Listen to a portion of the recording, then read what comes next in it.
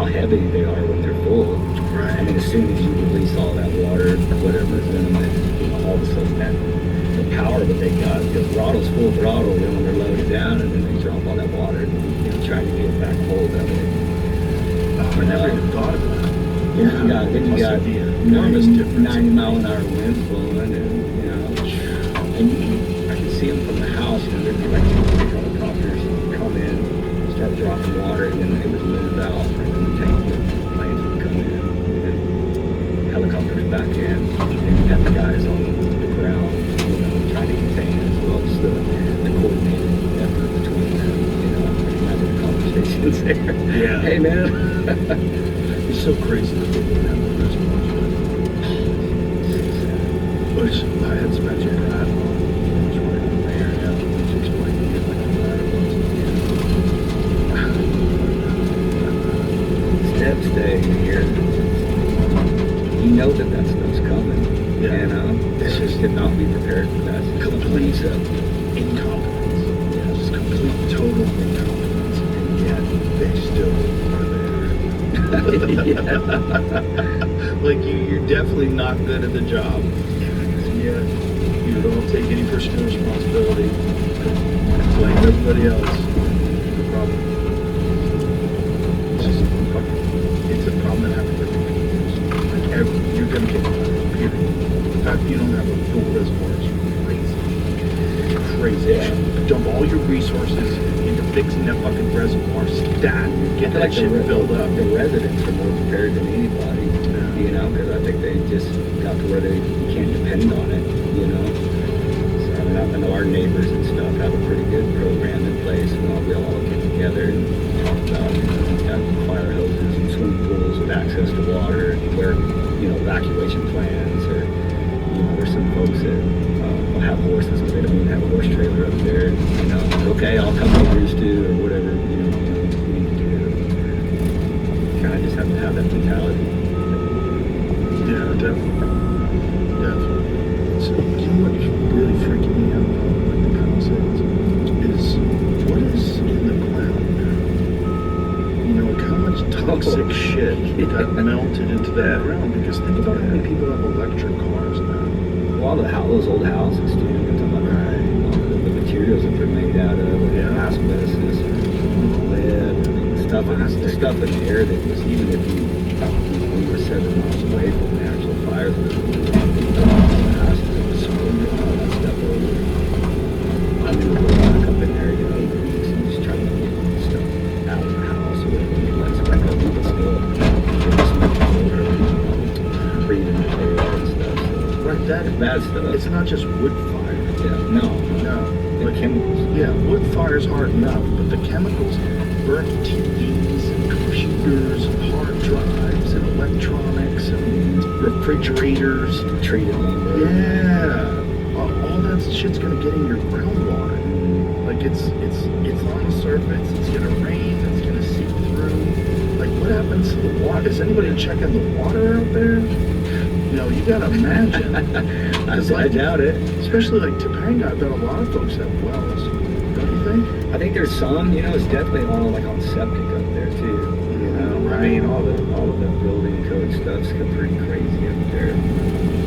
I would just worry about it.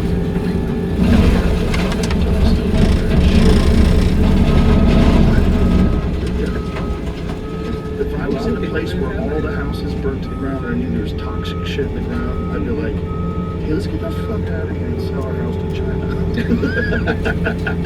Oh, man. Because that's the other thing Spencer said. They're the ones who are the #1 land buyers. I'll say it's China. Is it going to be a golf course resort up there before we know it?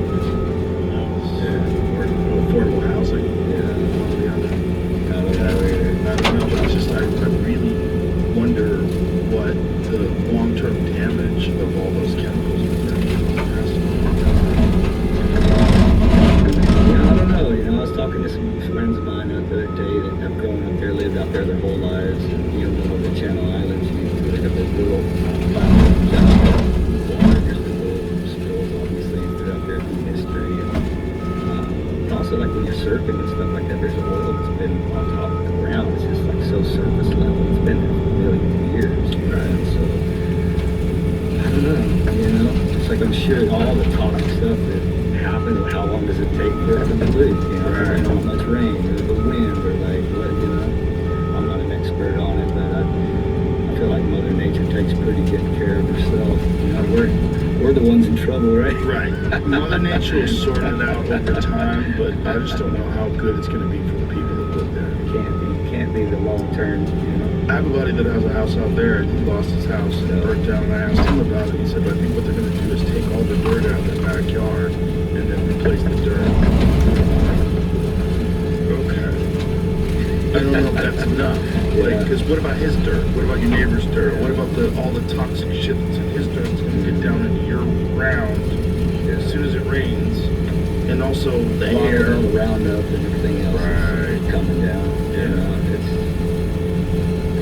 You know, it's sad, man. You know, it's sad. That's just the kind of state of it. It's like it seems like just it's so far of a mess that even the folks that do have answers that do want to fix stuff, it just kind of becomes impossible for solutions. All the hoops and things and all the permits and wherever, like you can't even.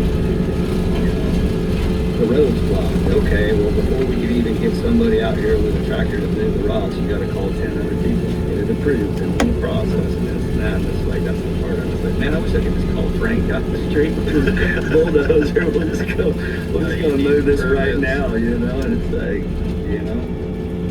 Well, government has increased so much in California, and they just want more regulations so they can justify the government. And so they just regulate themselves to a place where people just want to leave. They just go, look, I can't fucking do this anymore. Get out of here. It's expensive. Yeah, it's so expensive. Yeah. Wow. It's beautiful. It's such a great place. They fucked it up so hard. It's paradise. It's paradise. A mountain within like 2 or 3 hours. Yeah. In the Sierras. The beach. Oil Chilling out. tree, You national can go park. skiing. Yeah. And then swim in the ocean on the same day. It's gorgeous. Yeah. Beautiful places I've ever been. Yosemite, you can get out there. Yeah. You know. Incredible weather. Heron River. Yeah. Yeah. But they got ruined. They got ruined with progressive politics and bureaucracy that just ramped up all the control they have over people to the point where you can't even buy flavored Zims. They banned blackjack.